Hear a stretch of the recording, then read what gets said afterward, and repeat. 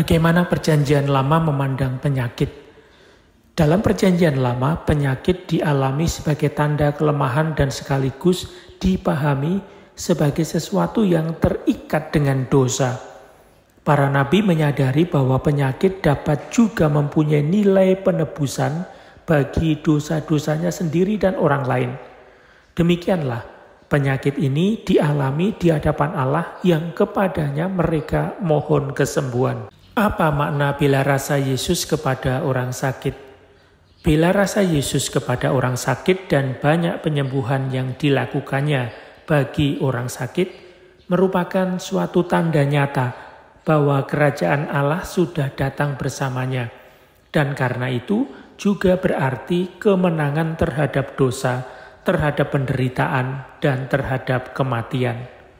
Dengan penderitaan dan kematiannya, Yesus memberikan makna baru kepada penderitaan kita yang jika dipersatukan dengan penderitaannya dapat menjadi sarana pemurnian dan penyelamatan bagi kita dan bagi orang lain.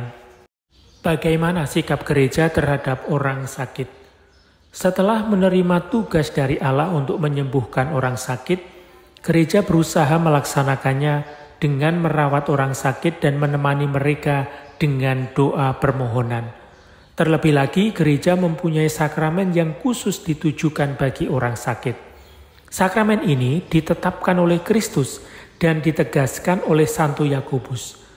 Kalau ada seorang di antara kamu yang sakit, baiklah ia memanggil para penatua jemaat, supaya mereka mendoakan dia serta mengolesnya dengan minyak dalam nama Tuhan. Siapa yang dapat menerima sakramen pengurapan orang sakit? Setiap anggota umat beriman dapat menerima sakramen ini segera setelah dia berada dalam bahaya maut karena penyakit atau usia lanjut. Si sakit bisa menerima sakramen ini beberapa kali jika penyakitnya bertambah berat atau karena ada penyakit berat lainnya. Upacara sakramen ini jika memungkinkan didahului dengan pengakuan dosa pribadi si sakit. Siapa pelayan sakramen ini? Sakramen ini hanya dapat dilayani oleh imam tertahbis, yaitu uskup atau pastor. Bagaimana upacara sakramen ini dilaksanakan? Upacara sakramen ini secara esensial terdiri dari pengurapan dengan minyak yang sedapat mungkin diberkati oleh uskup. Pengurapan ini diberikan pada dahi dan kedua tangan si sakit, itu ritus Roma, atau juga bagian-bagian tubuh lainnya, sebagaimana terdapat dalam ritus lainnya. Diiringi dengan doa imam yang memohon rahmat khusus sakramen ini bagi si sakit. Apa buah sakramen ini?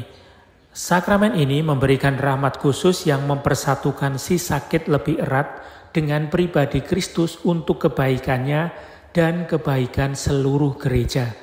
Sakramen ini memberikan penghiburan, kedamaian, keberanian, dan bahkan pengampunan dosa jika si sakit tidak mampu mengakukan dosanya. Kadang-kadang jika dikehendaki Allah, sakramen ini bahkan dapat mengembalikan kesehatan fisik. Secara umum, pengurapan ini mempersiapkan si sakit untuk perjalanan menuju rumah Bapa. Apa itu viatikum? Viatikum adalah Ekaristi Kudus yang diterima oleh mereka yang akan meninggalkan kehidupan dunia ini dan mempersiapkan diri untuk perjalanan menuju kehidupan kekal. Komuni dalam rupa tubuh dan darah Kristus yang wafat dan bangkit dari mati, yang diterima pada saat keberangkatan dari dunia ini menuju Bapa, merupakan benih kehidupan kekal dan kekuatan kebangkitan. Apakah sakramen untuk pelayanan persekutuan dan perutusan? Dua sakramen, pentahbisan dan perkawinan, memberikan rahmat khusus untuk perutusan tertentu dalam gereja untuk melayani dan membangun umat Allah. Sakramen-sakramen ini memberikan sumbangan dengan cara yang khusus pada persekutuan gerejawi dan penyelamatan orang-orang lain.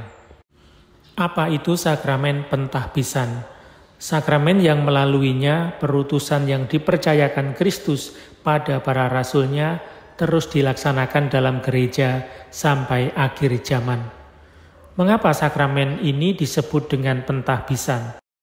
Tahbisan atau ordo menunjukkan tingkatan gerejawi yang dimasuki oleh seseorang melalui upacara pengudusan khusus atau ordinasi.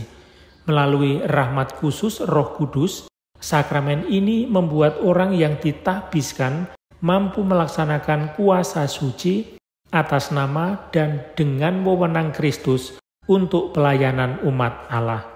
Di mana tempat sakramen pentahbisan dalam rencana penyelamatan ilahi? Sakramen ini sudah dipralambangkan dalam Perjanjian Lama dalam pelayanan para Lewi, dalam imamat Harun, dan dalam penetapan 70 penatua. Pralambang awal ini mencapai pemenuhannya dalam diri Yesus Kristus yang melalui kurban salibnya merupakan satu pengantara antara Allah dan manusia. Imam besar menurut peraturan Melkisedek. Imamat Kristus yang tunggal dihadirkan melalui imamat jabatan. Apa tingkatan-tingkatan dalam sakramen pentahbisan? Sakramen pentahbisan terdiri dari 3 tingkatan yang tak tergantikan dalam struktur organik gereja, yaitu episkopat, presbiterat, dan diakonat. Apa buah pentahbisan episkopat? Pentahbisan episkopat memberikan kepenuhan sakramen pentahbisan. Pentahbisan ini menyebabkan seorang uskup menjadi penerus sah para rasul dan mengintegrasikannya ke dalam kolegium para uskup untuk bersama-sama dengan paus melayani seluruh gereja. Pentahbisan ini memberikan wewenang mengajar, menguduskan, dan memerintah. Apa wewenang yang diserahkan kepada seorang uskup dalam gereja partikular? Uskup yang diserai tanggung jawab untuk mengurus gereja partikular merupakan kepala yang kelihatan dan dasar kesatuan bagi gereja partikular tersebut. Demi gereja dan sebagai wakil Kristus, seorang uskup menjalankan wewenangnya sebagai gembala dibantu para imam dan diakon. Apa buah pentahbisan presbiterat? Pengurapan roh memeteraikan imam dengan suatu meterai rohani yang tak dapat dihapuskan dan yang menjadikan dia serupa dengan Kristus, Sang Imam Agung, dan membuatnya mampu bertindak atas nama Kristus, Sang Kepala. Sebagai rekan kerja uskup, dia ditahbiskan untuk mewartakan Injil, melaksanakan upacara liturgi, terutama sakramen Ekaristi. Dari sinilah dia mendapatkan kekuatan dalam pelayanannya dan menjadi gembala umat beriman. Bagaimana imam melaksanakan pelayanan ini? Seorang imam walaupun ditahbiskan untuk perutusan universal, melaksanakan pelayanannya dalam gereja partikular. Pelayanan ini dilakukan dalam persaudaraan sakramental dengan yang lainnya yang bersama-sama membentuk presbiterat. Dalam kesatuan dengan uskup dan tergantung darinya, mereka bertanggung jawab atas gereja partikular. Apa buah pentahbisan diakonat? Diakon yang dipersatukan dengan Kristus Sang Pelayan untuk semua, ditahbiskan untuk pelayanan gereja. Dia melaksanakan pelayanannya di bawah wewenang uskupnya dengan pelayanan sabda, upacara liturgi, reksa pastoral, dan karya karitatif. Bagaimana pelaksanaan upacara sakramen pentahbisan? Sakramen pentahbisan dilaksanakan dalam setiap tingkatannya dengan cara penumpangan tangan ke atas kepala yang ditahbiskan oleh uskup yang mengucapkan doa agung pentahbisan.